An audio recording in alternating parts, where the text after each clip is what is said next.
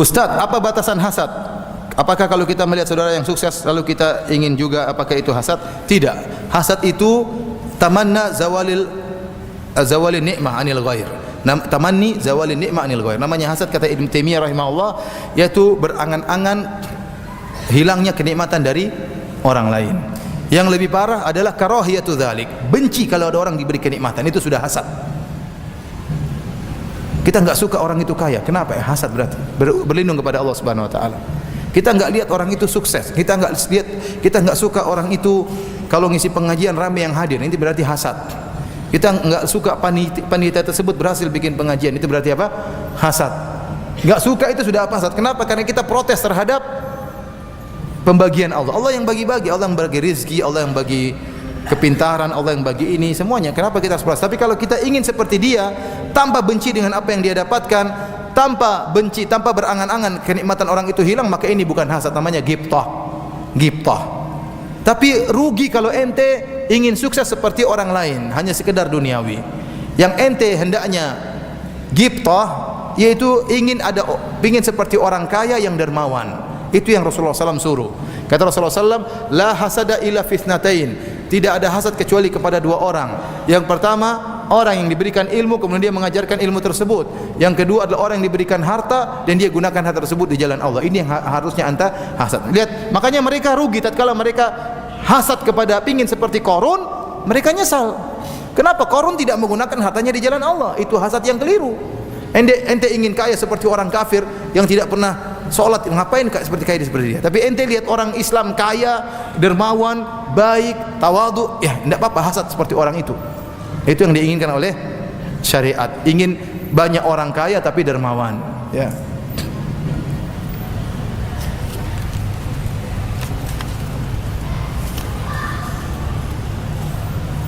Saudara sepupu 8 tahun terkena sihir dan meninggal 2 minggu lalu. Apakah dia masuk surga?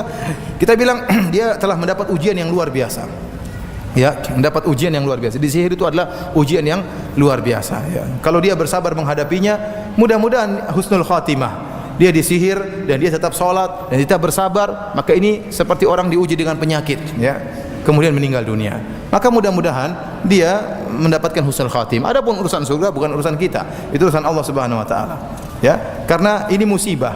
Tetapi kalau dia menghadapi musibah tersebut dengan marah-marah, dengan ngamuk-ngamuk tanpa ada kesabaran, maka ini tercela seperti itu.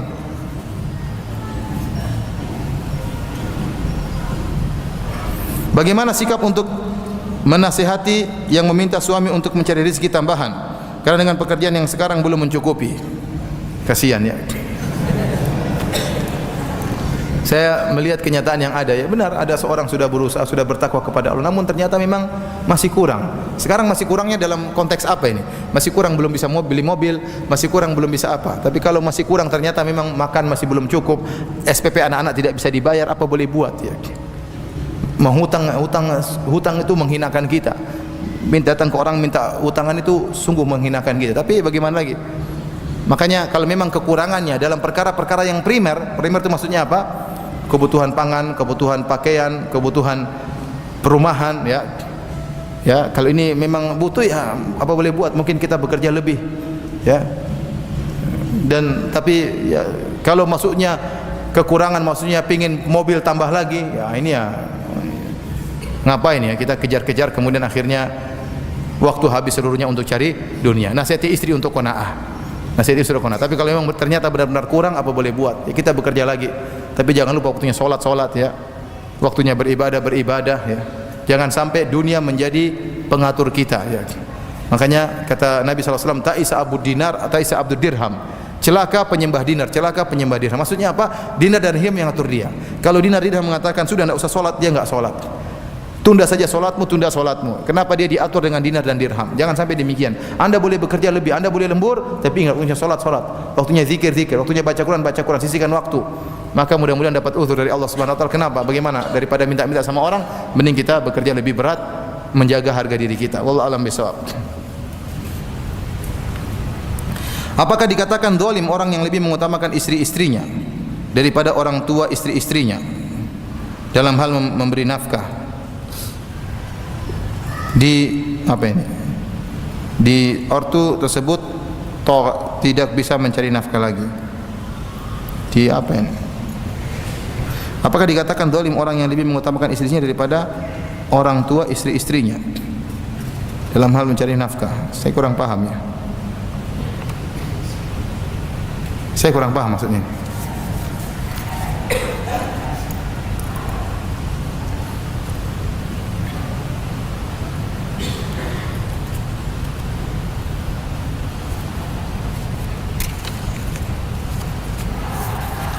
Dalam Al-Quran disebutkan jika engkau bersabar dan bertakwa tidak akan bahayakanmu tipu daya mereka. Apa maksud sabar dan takwa dalam ayat tersebut? Kenapa dipisahkan antara keduanya? Jadi takwa, kebajikan, ini dua kalimat yang kalau dipisahkan maka satunya mengandung makna yang lain. Contohnya disebutkan takwa. Takwa ya berarti mencakup berbuat amal soleh, mencakup meninggalkan maksiat. Tapi kalau disebutkan wa ta'awanu bil birri wa taqwa, ini digabungkan. Berarti takwa sendiri, al bir maknanya lain. Takwa artinya menjauhi kemaksiatan, al bir artinya melakukan apa? Kebajikan. Paham? Nah, kalau disebutkan takwa dan sabar, sabar adalah salah satunya melakukan apa? Kebajikan. Takwa lebih condong kepada perkara-perkara untuk meninggalkan apa? Kemaksiatan. Ya, kenapa? Karena kalau orang sedang diuji biasanya dia tergoda untuk melakukan maksiat, mengambil uang haram yang dan macam-macamnya. Maka bertakwa, bersabar kepada Allah disertai dengan takwa.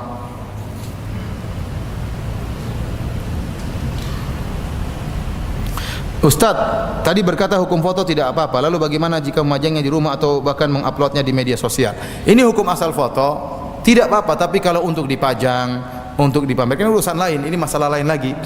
Ya, contohnya ada orang yang hobinya foto, sedikit foto, kemudian masukkan kemana? Ke media sosial ya. Akhirnya foto istrinya juga dia masukkan. Ini tidak mesti seperti itu. Bukan berarti kemudian foto boleh kemudian dia pajang foto istrinya di ruang tamu ya. Enggak lah, banyak orang yang lihat. Jangan seperti itu, tidak boleh. Seorang berusaha ya tidak memamerkan apa?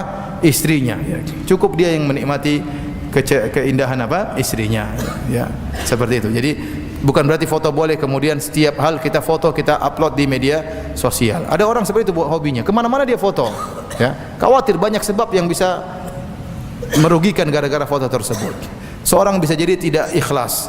Ya, kenapa? Dia umroh dia foto, dia berdakwah dia foto, dia foto, dia sedekah dia foto, dia jadi imam dia foto, ya. Jadi makmum juga dia foto. Foto semuanya ya. Ngapain? Ya. Ya, ini bisa bikin orang tidak apa? Tidak ikhlas. Kalau salaf dahulu bersusah payah untuk menyembunyikan amalannya, sebagian orang sekarang bersusah payah untuk menampakkan amalannya. Bergaya, berini, ya. Susah foto di sana, foto di sini untuk apa? Dipamerkan. Jadi foto juga. Contohnya lagi, seorang berfoto-foto bikin orang hasad. Dia naik helikopter, dia pajang di fotonya. Dia pergi ke tempat yang indah, dia pajang. Teman-temannya yang miskin, aduh, jadi hasad sama dia ya. Ya. Jangan, tidak semua yang kita lakukan kita upload ya. Lagi makan enak kita masukkan di Facebook. Subhanallah, orang ngiler kasihan. Apa ini tidak sedih lihat orang banyak ngiler? Ya. Nabi saja kalau suruh orang masak kemudian baunya ke tetangga-tetangga, Nabi suruh banyakkan kuahnya agar bisa dibagikan kepada tetangga yang terlanjur cium apa? Aroma yang enak tersebut ya. Ini pamer lagi terus tidak bagi-bagi lagi. Foto ini apa namanya, notanya 700.000 sekali makan misalnya. Ada yang sekali makan 1 juta. Notanya pun ditempelkan di situ. Buat apa? Ya. Jadi maksud saya, meskipun hukum foto boleh, namun bukan berarti kita bermudah-mudahan foto semuanya setiap. Lihat masalah dan apa? Dan mudarat. Lihat masalah dan mudarat.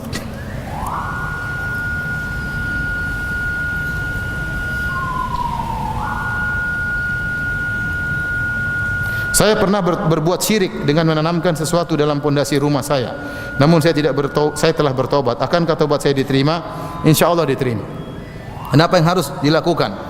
Apakah saya harus membongkar rumah saya dan mengeluarkan kembali apa yang kalau mungkin silakan, kalau enggak membuat rumah kemudian hancur lebur ya jangan.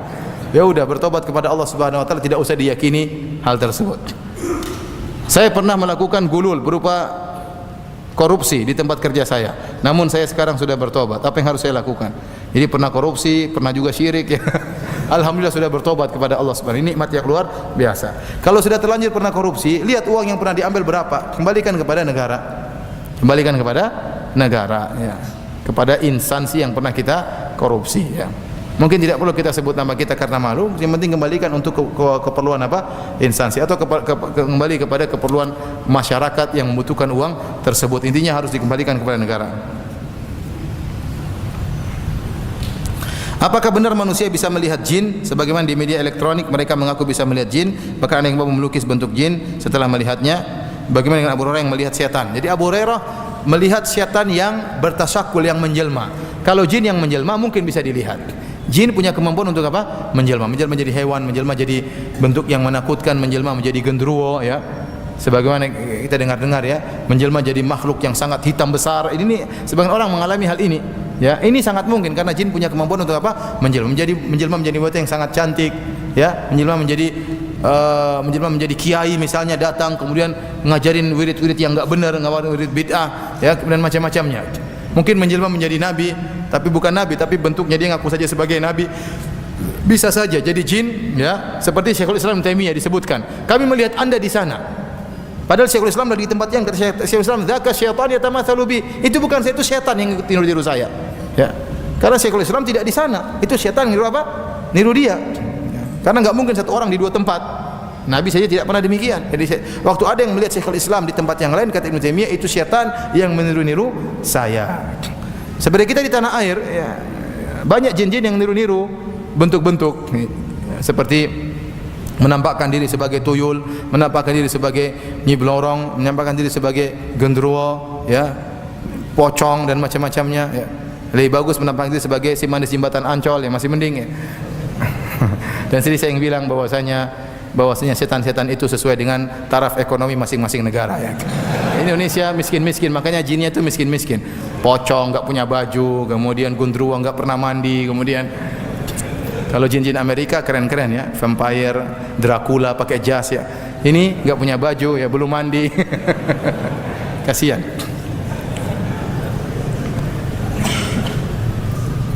Apa hukum orang yang membuka usaha akan tapi dia meminta bantuan dukun untuk melariskan dagangannya? Syirik. Dia bertobat kepada Allah Subhanahu wa taala. Yakinlah bahwasanya keberhasilan tersebut bukan dari dukun, tapi dari siapa?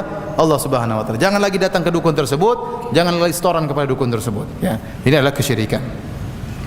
Apa hukumnya jika dia bersedekah dari keuntungan penjualan tersebut? Kalau sudah bertobat, bersedekah enggak jadi masalah. Apa hukumnya jika dia berumrah dan berhaji dari hasil keuntungan tersebut? Yang jelas dia bertobat kepada Allah Subhanahu wa taala. Sebenarnya hasil tersebutlah hasil yang halal, ya. Hanya saja dia menggunakan apa? Bantuan jin dan syaitan, ya, maka dia bertobat kepada Allah Subhanahu wa taala, jangan dia apa? Mengulangi lagi, ya. Yang setelah sekarang berjalan, yang telah lalu biarlah berlalu, dia sudah bertobat kepada Allah. Yang berjalan sekarang dia manfaatkan di jalan Allah Subhanahu wa taala.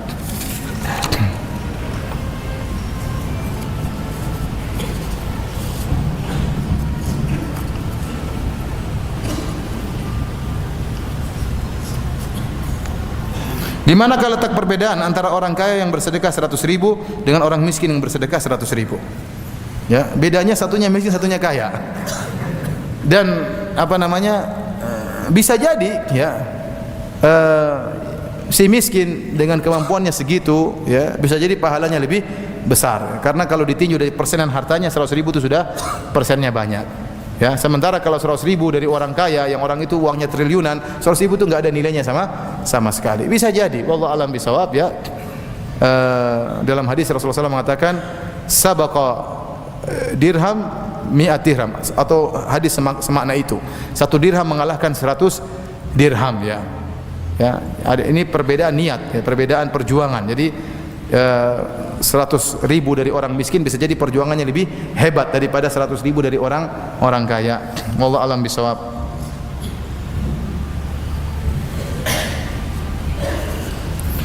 Ustaz, saya pernah baca menyimpan foto yang tertulis, jadilah engkau di dunia seperti orang asing dan pengembara. Hadis maksudnya. Maksud hadis di atas apa ya Ustaz? Maksudnya kalau Anda jadi di dunia ini, jadilah seperti orang asing. Orang asing itu apa? Segera pergi. Dunia ini bukan tempat selama-lamanya, akan Anda tinggalkan. Seandainya dunia ini tempat Anda tinggal selama-lamanya, maka carilah dunia sebanyak-banyaknya. Namun tidak, dunia ini akan Anda tinggalkan. Makanya Abu Bakar Al-Turtusi berkata dalam syairnya, "Inna lillahi ibadan futana, talaqud dunya wa khawful fitana." Sungguhnya Allah memiliki hamba-hamba yang cerdas. Mereka mencerai dunia dan mereka takut dengan fitnah. nadharu fiha falamma alimu annaha laysat lihayyin watana ja'aluha lujjatan wa takhadhu salihal a'mali fiha sufuna. Tatkala mereka memandang dunia, mereka lihat hakikat dunia, ternyata dunia bukan tempat untuk tinggal selama-lamanya, maka mereka menganggap dunia adalah lautan yang bergelombang, berombak, dan mereka menjadikan amal soleh sebagai perahu yang bisa menyelamatkan mereka dari ombak tersebut. Jadi kita menganggap diri kita asing. Namanya orang asing, dia hanya keperluan seperlunya, yang dia fikirkan bagaimana akhiratnya, dia ingin pulang ke kampung akhiratnya. Nah, kita pun di dunia tidak perlu kita mengumpulkan harta sebanyak-banyaknya. Ente punya harta berlebihan, infakkan itu untuk bangun istana di akhirat. Ente simpan-simpan buat apa? Harta itu akan pergi dan datang. Kalau punya, yang penting anak-anak sudah bercukupan, istri sudah kenyang, sudah kita belikan emas, sudah kita belikan mobil, masih ada lebih, sudah kasih orang tua, kasih bagi-bagi, enggak usah simpan terlalu banyak-banyak, repot nanti hisapnya panjang. Dan harta akan datang, jangan khawatir. Ya, jangan khawatir. Ya. Itu menunjukkan kita orang asing. Tapi kalau kita menganggap kita tinggal selamanya di dunia, kita kumpulkan sebanyak-banyaknya. Ya, atau mengatakan di sini seperti pengembara. Sama tadi, pengembara akan pergi. Sebenarnya Allah mengatakan orang asing seperti apa? Contoh, misalnya Anda sekarang tinggal di Cikarang, rumah Anda di Cikarang, terus Anda ditugaskan ke Irian Jaya. Waktu Anda di Irian Jaya, Anda bekerja karena tugas. Ya, Anda tidak berminat bikin rumah besar-besar, karena tugas ente cuma setahun. Mungkin ada orang punya rumah besar, Anda tidak terlalu minat, tidak ingin bikin rumah besar seperti dia. Kenapa saya tidak tinggal di sini kok? Yang saya pikirkan bagaimana bisa bikin rumah besar di kampung. Itu namanya orang asing. Karena dia akan meninggalkan tempat tersebut. Maksud saya, di dunia ini tatkala Anda melihat ada orang rumahnya lebih gede, mobilnya lebih mewah, jangan cemburu. Karena ini bukan tempat tinggal selama-lamanya. Yang Anda cemburu bagaimana kalau dia punya istana lebih gede di surga, karena itu tempat yang sesungguhnya. Maka yang Anda fokuskan bagaimana bisa bangun rumah di tempat, di kampung yang sesungguhnya, itu di surga. Karena kampung dunia akan kita tinggalkan, sebagaimana orang asing akan meninggalkan kampung dunia ini.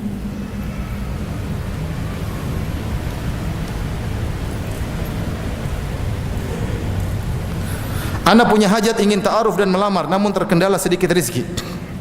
Apakah dengan menunggu dan mempersiapkan diri dengan berdoa dan bermunajat Allah akan mengabulkan doa anak? Bukankah jodoh telah ditetapkan dalam kitab Lauhil Mahfuz? Apakah menjemput jodoh seperti menjemput rezeki? Semua tergantung pada usaha dan doa dan apa ini? Niat baik kita. Iya, ya. Jodoh sama dengan rezeki. Jodoh, ajal sama dengan rezeki. Semuanya sudah ditakdirkan, tapi kita harus apa? Usahakan, ya. Ente tahu rezeki ente sudah ditentukan, tapi ente jangan di rumah saja, kerja. Biar ente tahu berapa rezeki ente. Ya. Kalau bilang, rezeki saya sudah ditentukan, saya di rumah saja. Ya enggak dapat rezeki ente. Saya sudah, anak-anak itu sudah ditakdirkan. Kalau punya anak banyak, saya punya anak banyak. Kalau enggak, ya enggak.